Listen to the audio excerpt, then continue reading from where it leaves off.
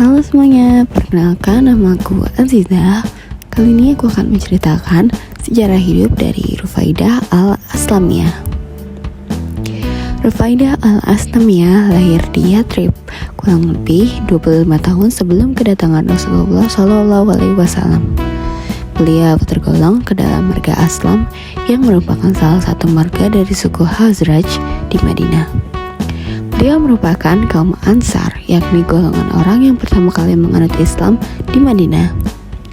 Beliau mengalami masa jahiliyah dan masa Islam dalam sekaligus. Rufaidah menerima pendidikan keperawatan dari ayahnya yang bernama Sa'ad al-Aslami yang merupakan seorang tabib terkemuka. Sejak kecil, praktik keperawatan sudah melekat di kehidupannya ketika Islam masuk ke Madinah pada abad ke-7. Rufaidah telah menjadi mualaf dan berhasil menggabungkan keilmuannya dalam bidang keperawatan dengan ajaran Islam.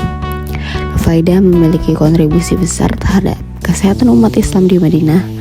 Pada masa peperangan, beliau telah ikut serta ke medan perang untuk mengobati orang yang terluka. Ketika damai, beliau berpartisipasi dalam aktivitas sosial masyarakat di Madinah. Sebelum peperangan Islam, yakni sekitar tahun 622 Masehi, Rufaidah mengubah metode pengobatan yang diajarkan oleh ayahnya supaya sesuai dengan ajaran Islam. Selanjutnya, ketika peperangan Islam berlangsung, beliau siap sedia dalam mengobati tentara Islam yang terluka akibat perang.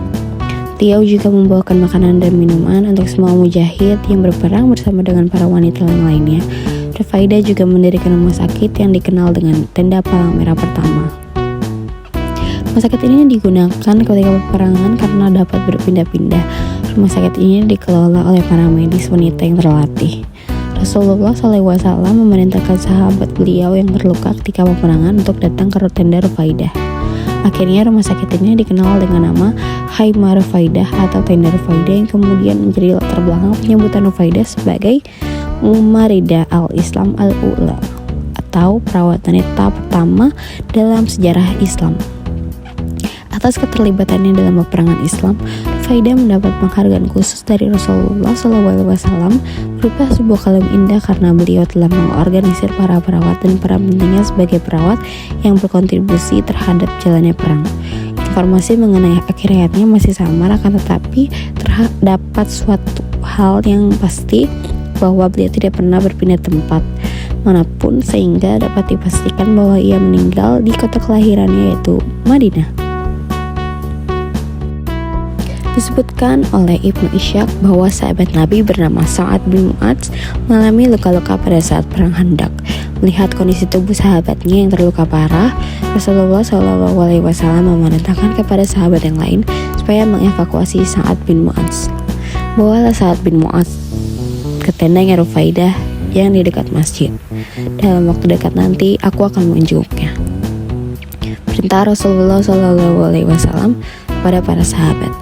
Imam Al-Bukhari dalam kitab Al-Adab Al-Mufarrad menjelaskan bahwa pada saat tertusuk senjata tajamnya, Rasulullah berkata, "Selamatkan Sa'ad dan gotonglah ke tenda perempuan bernama Rufaidah." Sesudah perang Khandaq usai, Rasulullah SAW selalu menyempatkan diri menjenguk Sa'ad yang dirawat di dalam kliniknya Rufaidah. Menurut riwayat Imam Bukhari, Rasulullah SAW setiap pagi dan sore menghampiri tubuh Sa'ad yang sakit dan luka untuk menanyakan kabar perkembangannya. Riwayat ini menunjukkan bahwa Rufaidah bukan hanya relawan medis, tetapi juga membuka praktik pengobatan dalam sebuah klinik pengobatan. Inilah cikal bakal rumah sakit yang dikembangkan pada abad pertama sejarah Islam. Baik, terima kasih sudah mendengarkan. Semoga informasi ini dapat bermanfaat bagi kita semua. Dadah!